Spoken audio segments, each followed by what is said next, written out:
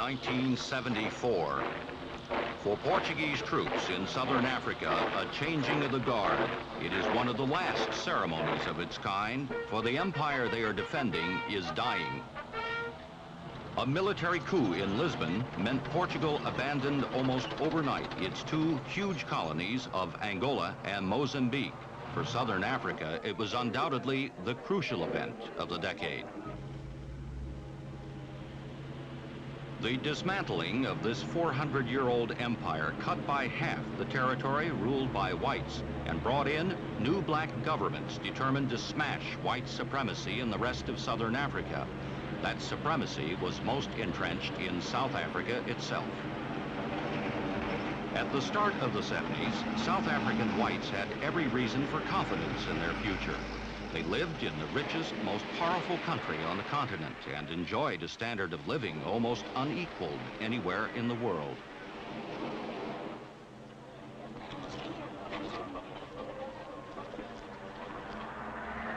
It was a different story for the majority of South Africans who did not have white skin. They were 4/5 of the population. Separated from whites socially and politically, they entered the 70s as they had entered all previous decades, with their lives controlled by the many restrictions of racial segregation known as apartheid. In white areas, they had virtually no political rights, and blacks especially worked in the lowliest of jobs.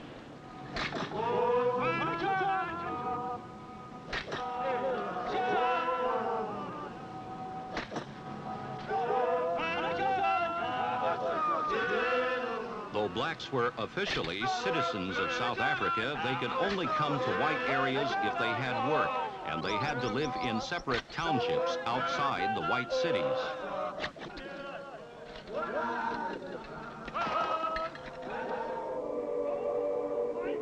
Abroad, apartheid was widely seen as oppression. Demonstrations sometimes recalled the most violent racial clashes of the 1960s. But from behind the buffer of white-ruled Angola, Mozambique, and Rhodesia, many ordinary South Africans ignored the protests. The government did try to make new black friends. Only a few, like Malawi's President Banda, were willing to listen.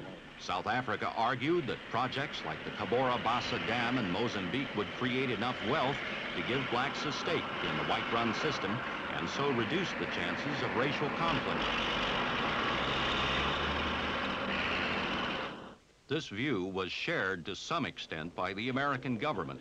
As a result, American policy and those of other Western countries took little account of black nationalism. This attitude changed later in the decade when Western diplomacy and Soviet arms encouraged the guerrilla fighters and altered the course of African history. But in 1970, the guerrillas were still in the early stages in their struggle against white regimes, and they had to look mainly to African governments for political support.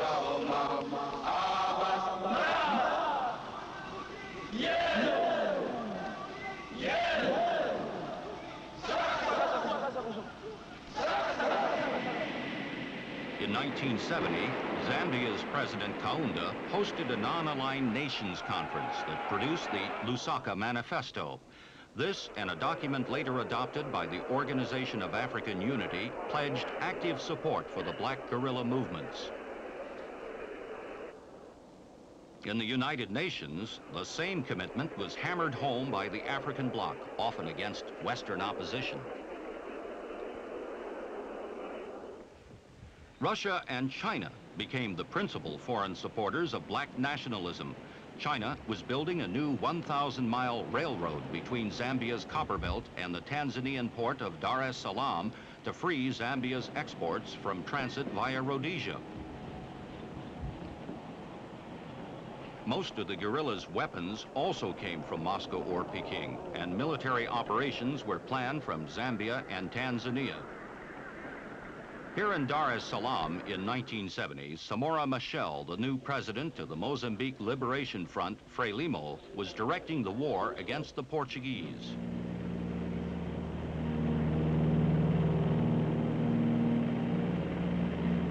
In northern Mozambique, there were already many areas where the guerrillas held control. As they progress, They moved in medical teams, teachers, and administrators to win over the local villagers.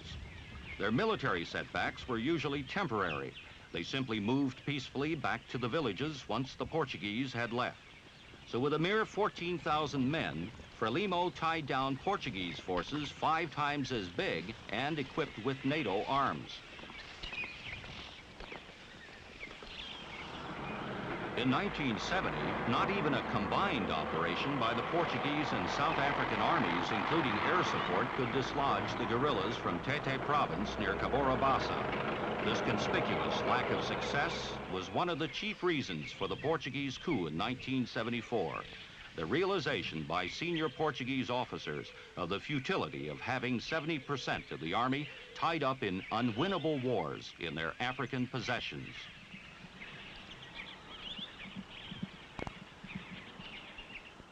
In Lusaka, 4 months after the coup, Frelimo President Samora Machel was greeted like a newfound brother by Portugal's new foreign minister, Mario Soares.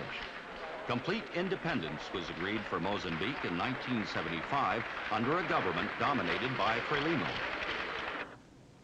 In Portugal's other colony, Angola, the circumstances of independence were quite different.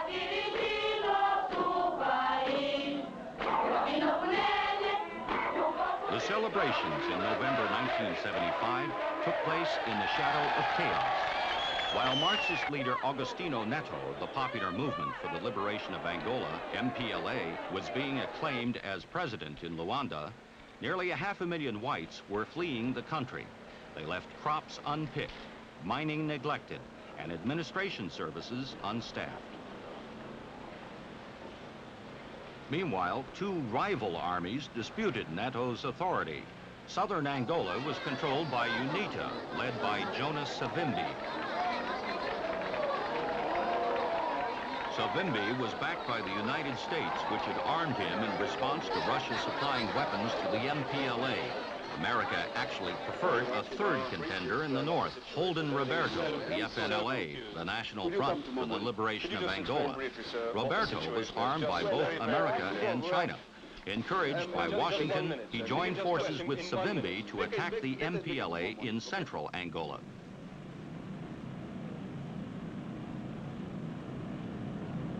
A few miles inside Angola's southern border was the Cunene Dam scheme, in which South Africa had a substantial investment.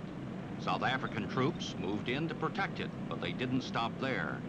They moved north to bolster the UNITA FNLA assault on Luanda, on the understanding that America would support their offensive. South Africa's direct involvement was a closely guarded secret, and Pretoria, looking for a quick victory and withdrawal, hoped to keep it that way.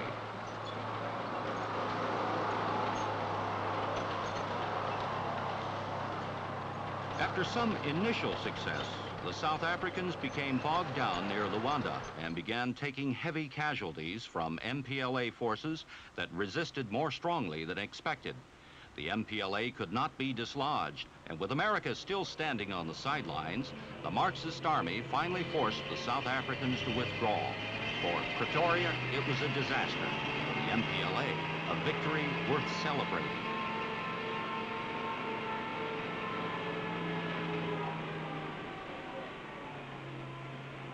There were 2 crucial factors in the MPLA's success. The first was a massive arsenal of modern Soviet weapons. It included MiG-21 fighters and artillery pieces with range and firepower the South Africans simply couldn't match. The most fearsome was a 40-barrel rocket launcher known as the Stalin organs.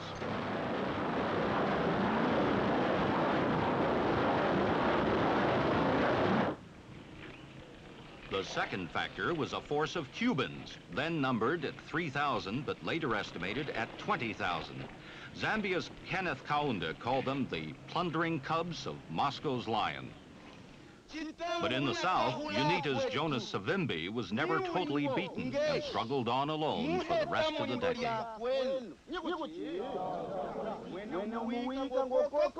These sudden changes in Angola and Mozambique had serious implications for Rhodesia. In 1970, Rhodesian Premier Ian Smith had declared his illegal regime a republic. It was an act of defiance and confidence, based on the knowledge that international sanctions had failed. South Africa's railways brought in the most essential commodities, including oil. Other goods, too, were plentiful. For Salisbury's traders, it was almost business as usual. In 1971, Ian Smith and British Foreign Secretary Douglas Hume agreed on a plan to give Africans a share in government. But Britain insisted that a special commission should first canvass opinion among Rhodesia's 95% African majority, many of whom were poorly educated villagers. The Africans' reaction came in riots and demonstrations that left 14 dead. The plan was clearly rejected. After the Portuguese collapse in Angola and Mozambique, South Africa persuaded the Rhodesian government to release from detention Joshua Nkomo, the veteran nationalist leader, along with the Reverend Sithole and Robert Mugabe. All were destined to become bitter rivals in the campaign to influence African opinion.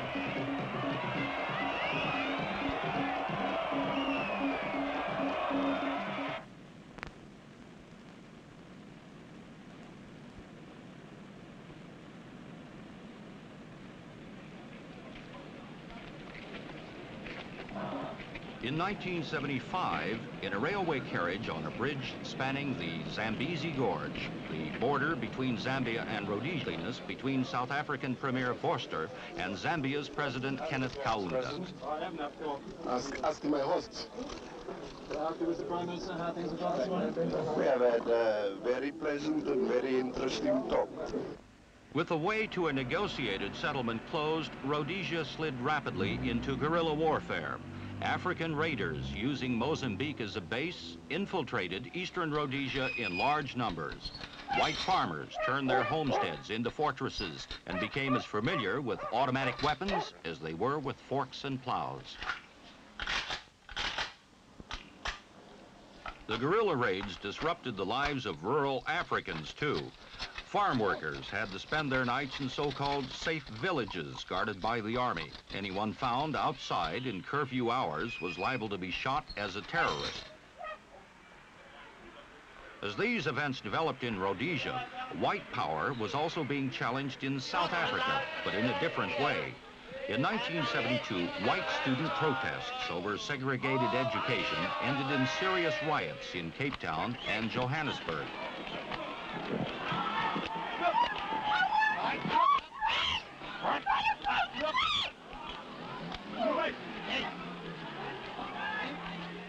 But of more lasting effect was the growing chorus of dissent from black labor.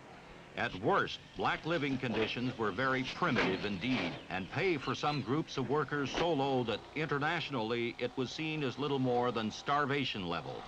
In 1973, over 60,000 blacks went on strike illegally to win better pay. The trouble spread from the factories to the gold fields, and at the Western Deep Levels mine, 11 rioting African miners were shot dead by police and another 27 injured.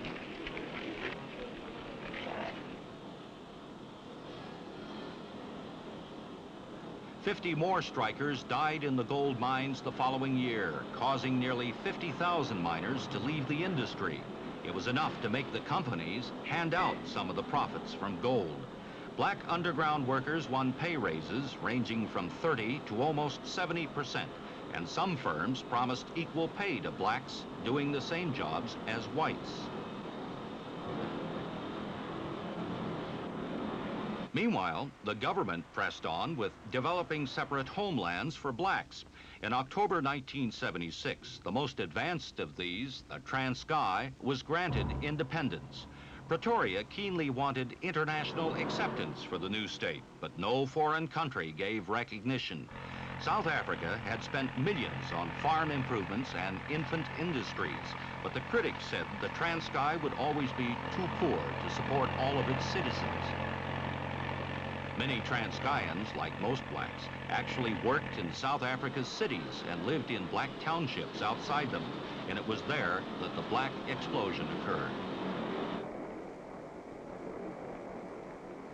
This was Soweto, near Johannesburg, in June '76, the start of a series of violent black protests that were to sweep across South Africa in the following months.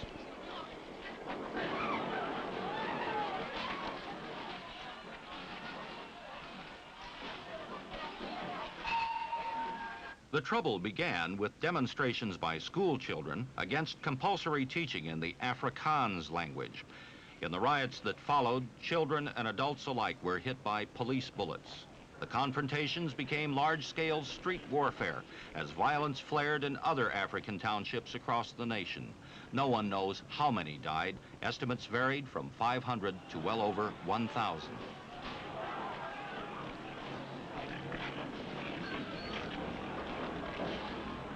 Protest on this scale caught most white South Africans by surprise. The government claimed left-wing agitators were encouraging violence, but outside South Africa, the riots were widely seen as a genuine expression of black frustration with the whole apartheid system. As the black townships burned, African affairs were under discussion far away in Europe. Bavaria was the unlikely meeting place for the United States and South Africa. Both Secretary of State Kissinger and Premier Vorster were concerned that Rhodesia should not follow the same course as Angola. Further talks in South Africa produced a plan for African majority rule in Rhodesia within 2 years.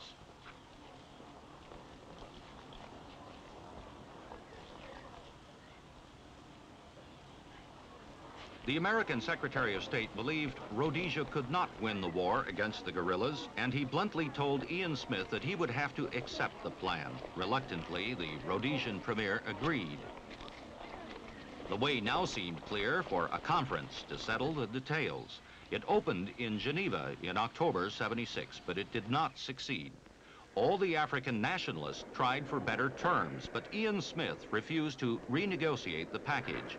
Robert Mugabe and Joshua Nkomo, the most militant black leaders, formed a common patriotic front to continue the war.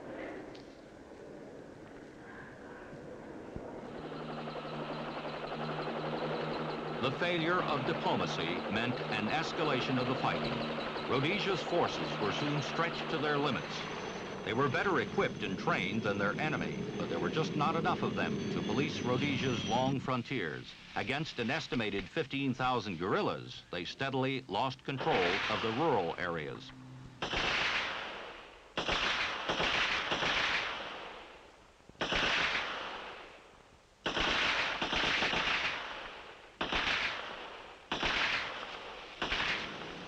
As the war grew worse, so did the casualties. Over 5,000 were killed in 1978 alone, nearly double the total for the previous 5 years.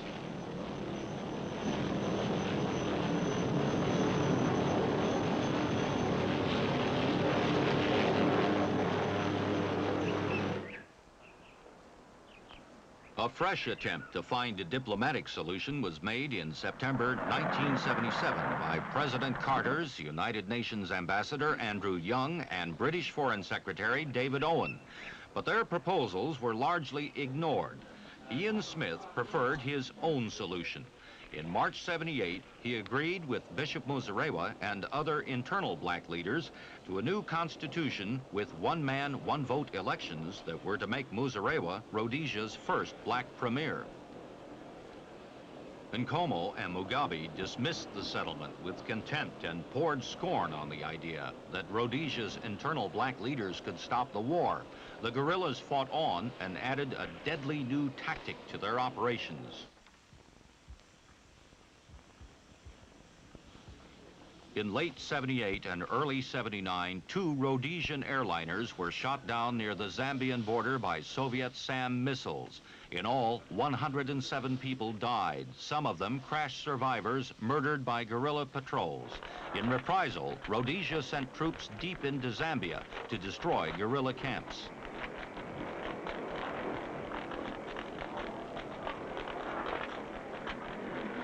But the guerrillas showed they too could strike at the heart of the enemy, blowing up Rhodesia's main oil storage depot only 2 miles from the center of Salisbury. The blaze lasted 3 days and cost $10 million. As the decade drew to a close, even the internal black leaders were gathering armed supporters about them, and anxiety was growing that black majority rule would come too late to avoid a black civil war.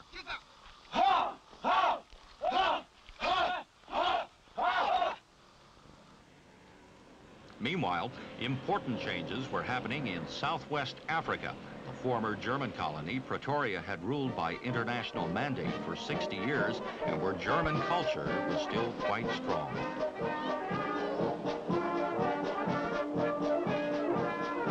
Two deserts come together here, the Kalahari and the Namib, which gives the country its African name, Namibia. Beneath them lie rich mineral deposits, copper and uranium. In the south, where the Orange River flows into the Atlantic, alluvial diamonds that can be picked up from the sand like pebbles.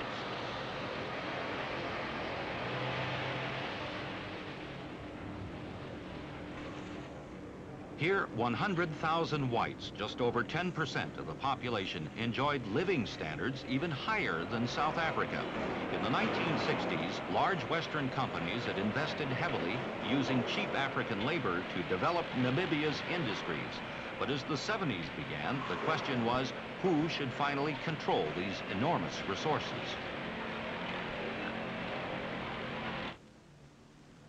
In 1971, in Cape Town, South African Premier Vorster met UN Secretary General Kurt Waldheim.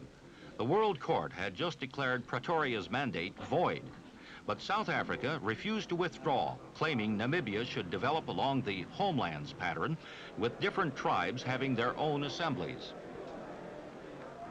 The homelands were poor, and so many Africans had to seek work elsewhere. Many Ovambos from northern Namibia, for example, were migrant laborers for industries in the south.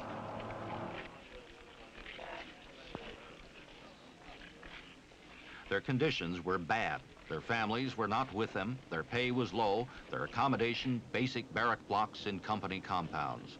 Occasionally, resentment broke out in strikes and disorders. In 1975, South Africa set up a multiracial conference to plan for an independent Namibia. Many groups took part, but excluded was the Southwest Africa People's Organization, SWAPO, whose claim to represent all of Namibia's tribes had UN support. Elections for a constituent assembly were eventually held in 1978, but as these were arranged by South Africa without UN approval, SWAPO urged all Africans not to vote. Many blacks, however, ignored the call. Further talks between South Africa and 5 Western powers led to agreement for another election in 1979 under UN supervision and including SWAPO. But as the decade ended, the path to an independent Namibia still seemed strewn with problems, with South African troops still patrolling northern Namibia against attacks by SWAPO guerrillas operating from Angola.